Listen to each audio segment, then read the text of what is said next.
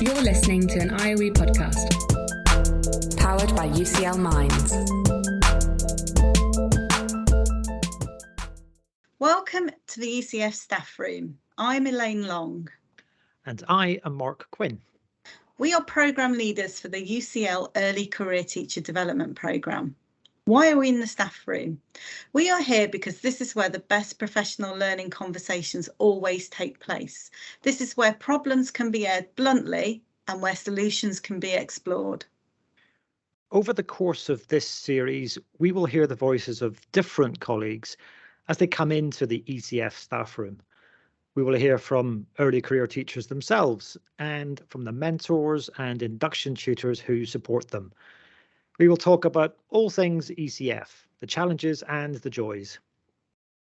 So why don't you enjoy a coffee with us, perhaps even grab a biscuit and sit down to half an hour of ECF staff room chat.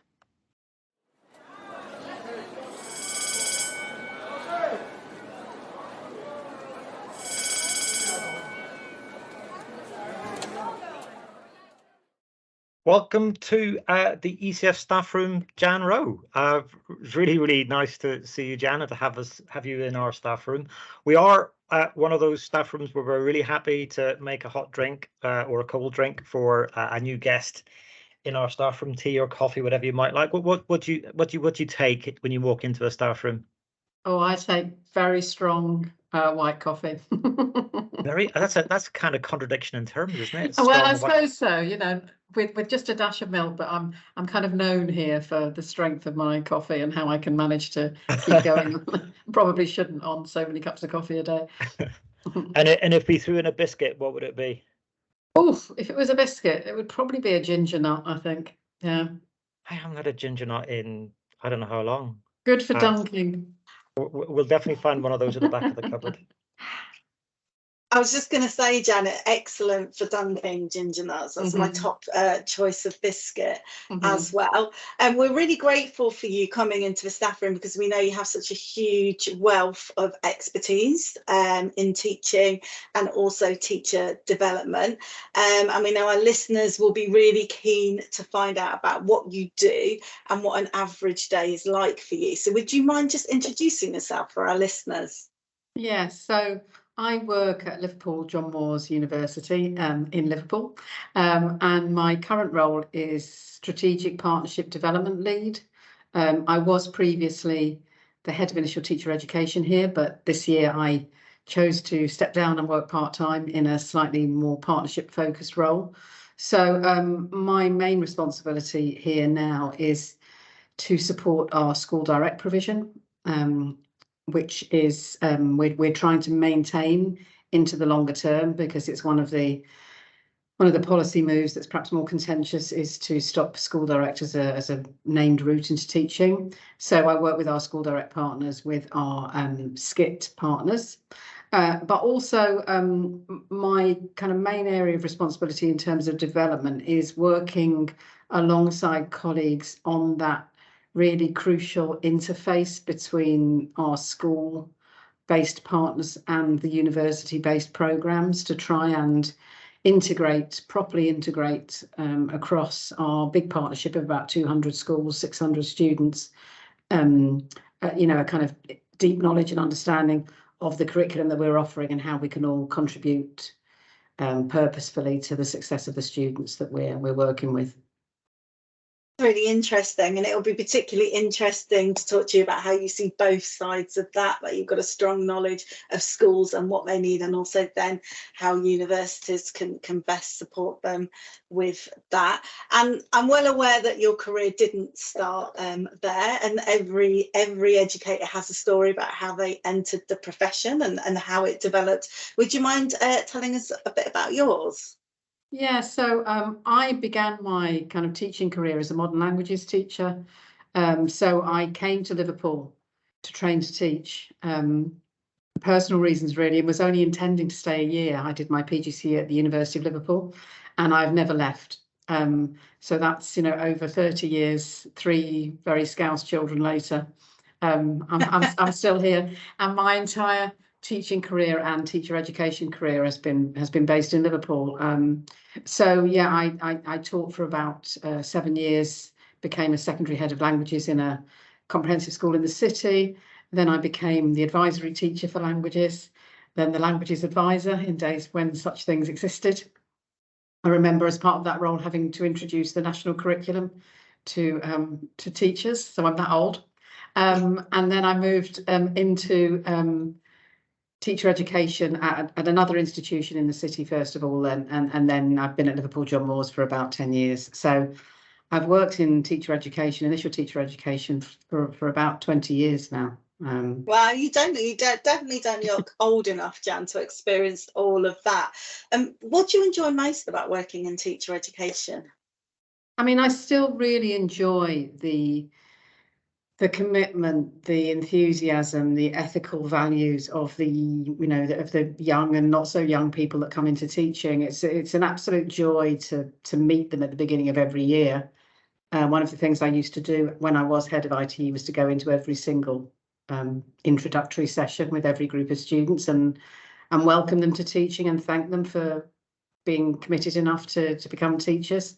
So, seeing that kind of squad arrive at the beginning of the year and then seeing them leave and go out into the profession, I've never lost that absolute commitment to the importance of teaching and talk up the people that come into teaching as much as I can, because I think there's a tendency, I was talking to a head teacher about this morning, for it all to be seen as gloom and doom and some kind of last resort. And it's by no means a last resort for the young, the students that we work with. And I suppose it's in my kind of, my down my spine really. My mum was a teacher, I was a teacher, my eldest child is a teacher. So yeah, I would never put people off it. I mean, I don't run away from the fact that it's hard, but I think it's still such a rewarding thing to do. And I think that the thing that I've always found really interesting about teaching that doesn't often get talked about is what it does to people as people. So, I think people have this sense that confident people become teachers. I've seen lots of people come into teaching that are not confident at all, and through teaching become confident. So I think one of the under-celebrated things about teaching is what it does to you as a person, not just as a professional. That's really interesting, Jan. I think that might have happened to me, actually. I think before I started teaching, yeah. I wouldn't have dreamt of standing up in front of groups of people, but I think teaching gave me that thing that gave me that sense of belonging and actual enjoyment. But yeah, I've never heard anyone really talk about it like that. That's already really made me think about development. It's really interesting. Yeah, that's a great line, actually. What teaching does to people as people. Jan, with 20 years, did you say, in initial teacher education and working as you do with a couple of hundred schools in the Liverpool area, I'm just thinking, we're curious as to what you think about how those young people and not so young people entering the profession today are different or similar to the people who entered the profession 20 years ago. Have they changed? Are they the same? What would you say about that? Yeah, it's an interesting question. I think broadly people are the same. That people that come into teaching for the same reasons that people always came into teaching. That genuine commitment to putting something back into society, to making a difference. And I always encourage people that come into teaching to say that. It became a kind of thing that people felt they shouldn't say because it was naff. But if you don't come into teaching for those reasons, then you shouldn't really be in teaching. So I think the motivations to come into teaching are very similar. I suppose people that come into teaching now have a different experience of education themselves, and so that always has an impact on the kind of teachers that they envisage themselves coming, or what they see teaching as, and maybe there's more variability now perhaps in their prior experiences. But I think essentially there's many more similarities than differences. Do you think their expectations are similar or different? I'm just wondering because certainly when I became a teacher, I looked at the 40 years teacher pension and thought, okay, so that's it then, right? So that's the expectation. And I probably did imagine that I was going to be teaching that long. Or maybe I managed half of it, not the whole lot, but still. And we hear, don't we, that that's no longer the expectation of a young person going into, or an older person going into teaching. They don't expect to be in that long. Do you pick that up or not? To be honest, I don't, and I'm not quite sure where that rumour's come from. You know, that people see it as a kind of temporary stop on the way to somewhere else. You know, that isn't the impression that we get from the students we work with. And you know, I think their intention is to commit for the long term, you know, whether they do or they don't, whether they find other things that they decide to do instead. I don't think they set out thinking it's a short-term thing. I don't. Yeah, I think my suspicion is you're probably right there. Is that surely no one can think that teaching is an easy bag to carry, right? And if they ever did think that, just spending, you know, the first week in initial teacher education course would prove them wrong, right? Because it's a hard thing to go through. No matter how nice you are, you know, it's a hard process, and you'll certainly expose what weaknesses you have. So I think you're probably right. If those who get through to the end of that and go into their first teaching job, even if they do leave earlier than we'd like them to, that's not how they imagine. That's not what they imagine is going to happen when they start. Yeah, that's interesting. And you said something about how their own schooling is maybe different nowadays to what it might have been 15, 20 years ago. Did you want to say anything more about that? I mean, that's only a kind of hunch, really, but I think, I mean, and it will vary from area to area, but I think, you know, there are some people coming into teaching now that have perhaps been through a schooling system that's a bit more rigid, or some schools where, you know, teachers are expected to act in a very similar way to each other. Right, yeah. It seems like some of the kind of quirks and foibles of teaching have gone from some schools, but that's only a supposition. And I think one of the things that I think is very rich about a lot of teacher education programs, not exclusively university teacher education programs, is the diversity of schools that they get to see. Because you know, for instance, we have quite a number of students that come to us from Northern Ireland. It's just the nature of being in Liverpool. We're the closest you know, place for them to come if they want to train to teach in England, and most of them have been through the grammar school system in Northern Ireland, you know, so they're very unused to the diversity of a comprehensive, and it's a fantastic learning experience for them, but they're quite apprehensive at first because it's very alien to the experience that they've had themselves. So yeah, that's always interesting to watch. You know, they come because they want that experience, but they're nonetheless a bit scared about it initially. I confess to the very same. Yeah. Jan, I'm just interested in your strategic work with schools, and so obviously you're in the privileged position of being able to go into different schools and look at the culture that they're creating around teacher development, and some of our own early research has suggested that with our own early career programme, the schools that really create a positive culture around teacher development are able to implement the programme much more successfully. Is that something that resonates with your experience as an ITE provider, and if so, well, what are those schools doing that create that really positive culture around teacher development? Yeah, I mean, I think schools are very invested in teacher development, and certainly the commitment that they make to initial teacher education, I think, is extraordinary, given that, you know, it's largely unpaid and a voluntary role. And our mentors would say that one of the reasons they like it is because they feel that it develops their own learning. You know, in helping somebody else to learn, they're also learning themselves. And I think the schools that really get it right are the schools that don't have a one-size-fits-all approach, that really listen to what individual members of staff are interested in developing, you know, and tailor-make opportunities for them. I mean, I know every school has to have certain things that every teacher in the institution needs to be updated about and so on, or they'll have priorities that they think are there for everybody. But I think that ability to really consider and to give agency to teachers over their own next steps in learning is hugely important, and something that not every school gets right, you know. And the happiest schools, in terms of teachers feeling that they're lifelong learners and are being supported in that, are the ones that really take into consideration what the teacher wants, not just what the school wants. One of our real challenges is obviously that our ECTs come from different ITE providers, and because the landscape for ITE is so different, and what they learn on different programs in different ways can be different. That is a real challenge for us in terms of making sure that they can all have that unique starting point. So there are a number of things we've done to mitigate that. And I think you're right. It is hugely important that every ECT gets to start from their own starting points, because they will be different depending on their levels of confidence, depending on the ITE route they've had, depending on their experiences of school placement. You know, that there will be variability.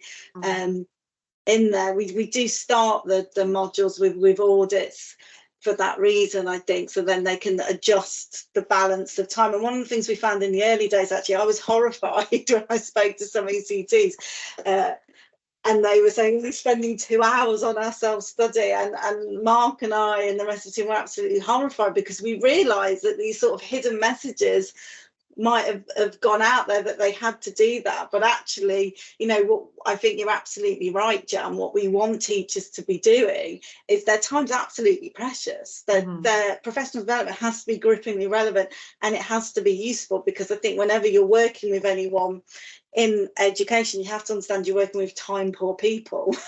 And so with time poor people, everything they do has to be relevant. So we did spend a long time sort of reflecting on that, and thinking about how we could make that as good as we can within the limitations we have for ECT. Sorry, Mark, I interrupted you there. You were going to speak as well. I was going to say something like that, but I think, Jan, you've given us good advice as well, which is that always look for those opportunities of things we can cut out. If it's just burdensome, if it's just bureaucratic, if it's completely meaningless. I think we've done some of that, but there's always more. There's always room for more.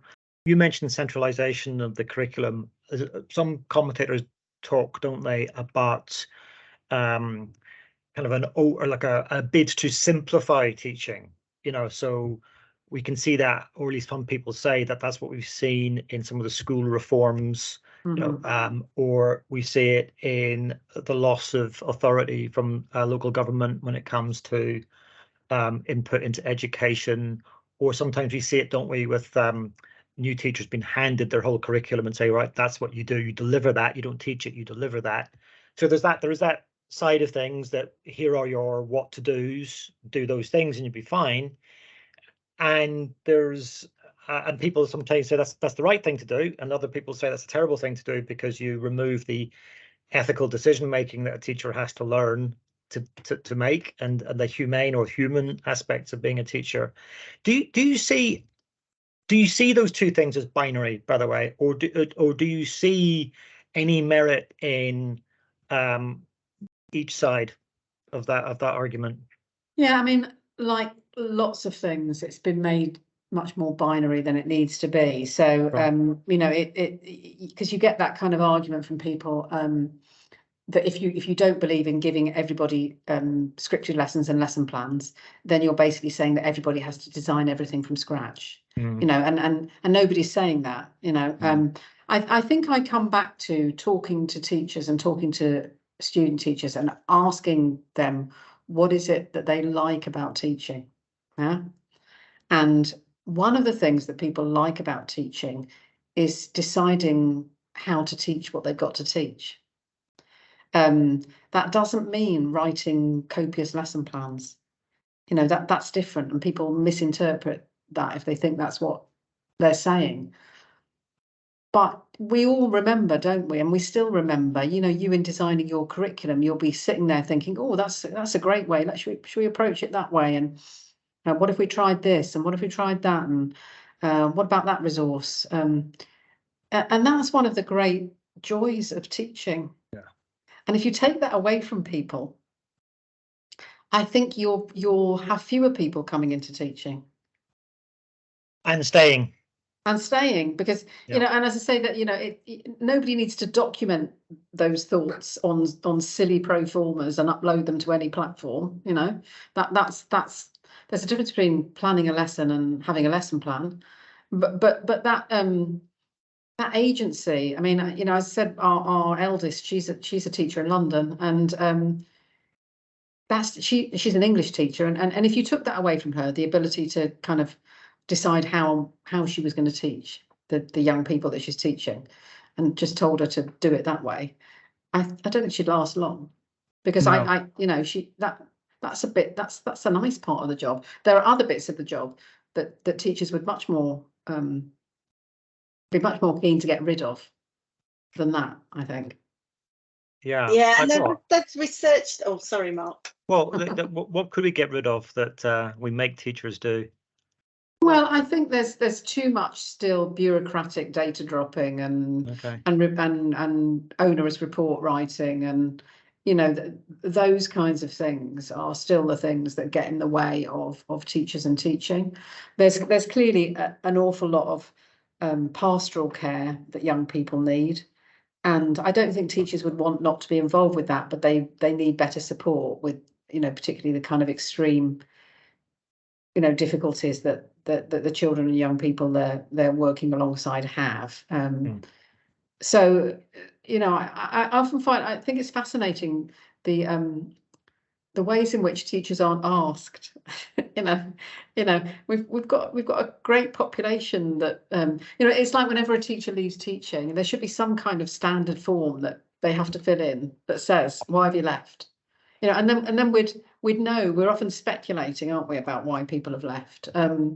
So yeah, I mean, I think, my answer to a lot of things would be let's ask teachers, and maybe some of the schools that have got it right are the schools that do just that. They ask their teachers, and then they listen to it properly and they do something about it. So, they ask them about well-being in a really purposeful way, rather than saying, stay behind after school on Monday for a yoga session, when people are just thinking, actually, I'd rather go home. So yeah, it's about having that conversation, I think. And one of the things I really love about the job that I do is about that. It's about that listening to schools, working with schools, trying to be respectful of what each one brings. The thing that's kept me in teacher education for as long as I've been in it has been partnership. And how do you really ethically, morally grow a partnership where everybody feels invested and listened to and respected? Because when I first came into ITE, I was as I said, I've been in it long enough to remember when partnership became a thing. So Circular 498 was partnership. We were suddenly in a partnership model, but it wasn't really a partnership. It was universities telling the schools what they wanted them to do. And I think we've come a long way since then. I actually think one of the reasons why I feel very strongly about School Direct is I think that's been a big vehicle for really bringing partnership into a space that really is properly partnership. It's enabled those schools to really understand what IT is all about, and actually they've come to realise that it's much more complex than they thought it was, and universities to really think carefully about whether they're properly listening to schools. So again, it's the bit that excites me is that kind of interface. It's like the Venn diagram. I want to be in the middle bit and improve the middle bit.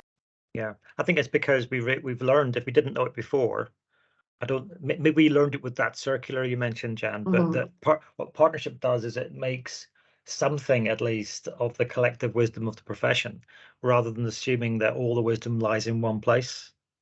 And you might be surprised to hear us say this, because we are, a leader of a big national program of ECF, and we wrote it, and therefore you do it.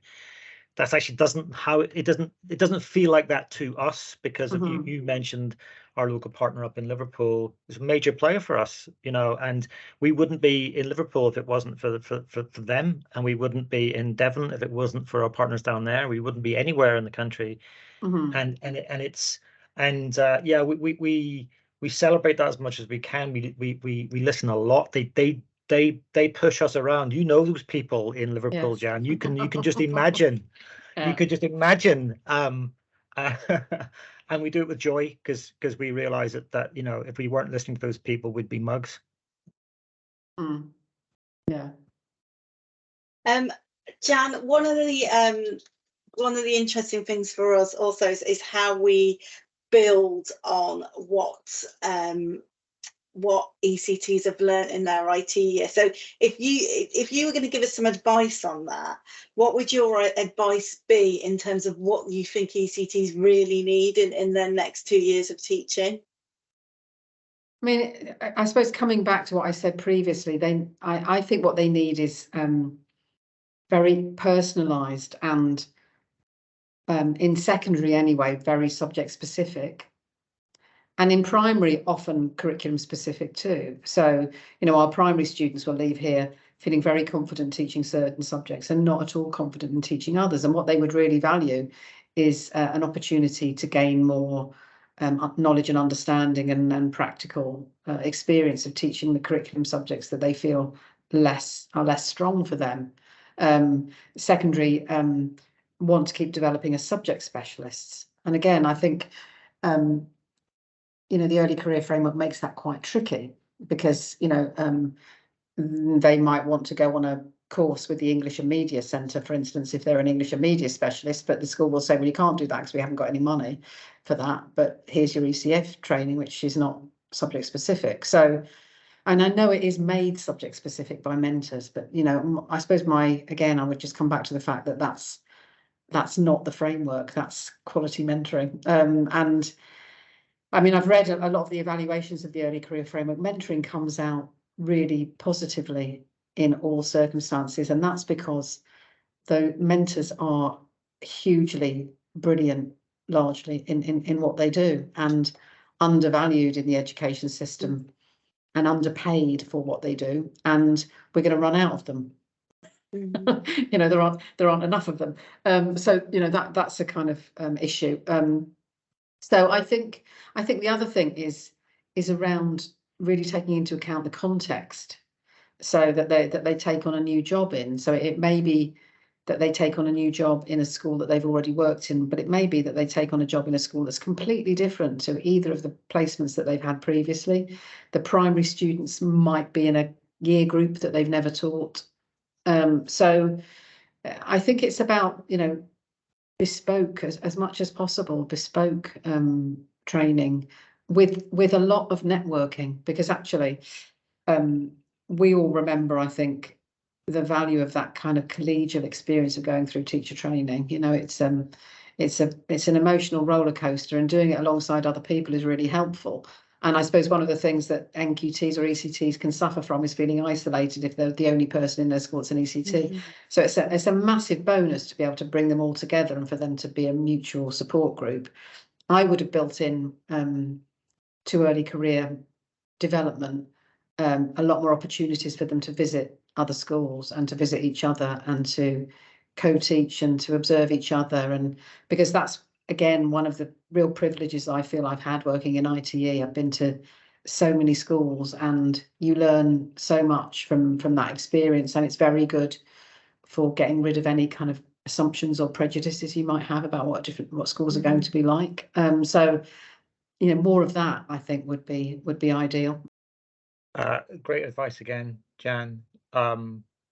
Yeah, this thing about school visits, it's funny you mentioned that, because that is a part of our program. Again, it happens quite late in the program, but we do build an opportunity for them to make a couple of school visits, learning actually from what we know that happens typically in ITE experience. You know, going for a contrasting placement, like that notion. We think it's really important. We think it's important that they have a kind of community as well, which is why they do. They have clusters. They're in clusters, and they work with people in the same phase. Sometimes, if our partners are large enough, they can also make those more subject specific. That can be really helpful. I do think I know there's a physics teacher somewhere in the south, near the south coast of England, actually, who's the only ECT in his school. He's also the only physics teacher in his school, and I think about that guy quite a lot when we put the program together, when we improve the program. when we think about the support that he can get, and it never feels like enough, actually. A bit like when you're teaching, you never feel you're doing quite enough for the class in front of you. I think that's what we think. That's what Elaine and I bring to this, is that we're kind of constantly ambitious to make it that little bit better, and that's why conversations like this really matter. I've got a question for you, Jan, which is what keeps you going?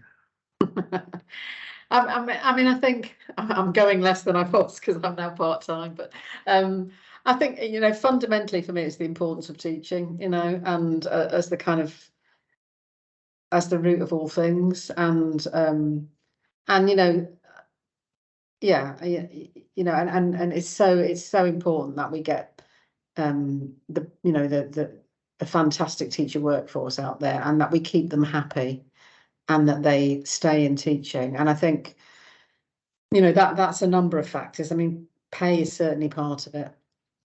As I say, as a parent of a teacher living in London, I'm only too aware of that. And actually, I think it's pay progression that's now the problem. I don't think it's the starting salary that's the problem, it's pay progression. But because she's watching her peers that left university at the same time as she did, jumping up the salary, by moving from job to job. Whereas they all started at about the same place. They're not at all in the same place now. And London's expensive, as you know. But a lot of it is job satisfaction, and I prefer the term job satisfaction to work-life balance, because I think that automatically kind of skews teaching in ways that other professions aren't thought about. It's about job satisfaction, and part of that is how it impacts on your life outside of work. But so, I think job satisfaction is massive. And I think, the enjoyment of teaching and of working alongside colleagues, that it's interesting that the students of ours that leave and stay in the schools that they're in, when you ask them why, it's often about the people they teach with, not the people they teach. They like them too, but it's their colleagues, and I think that, again, that's kind of overlooked a bit. That it's the staff room, isn't it? Yeah, it is the staff room. It is. Yeah. That's what the podcast is called, and there's no accident. It is, and getting that right. I think if I was a head teacher, that's what I would be focusing on. Because you retain people if they would rather stay where they are than move somewhere else, and that's that a lot of that is about the people that they're working with, and how supported they feel, not just by the senior staff actually, but by each other. And by all of the kind of ancillary staff and everybody, how everybody's treated in a school, I think makes a big difference to how long people want to stay there. Yeah, I think you've hit the nail on the head there, Jan, and I really like what you said about the term satisfaction rather than work-life balance. I think that reframes your thinking slightly about it in a really helpful way.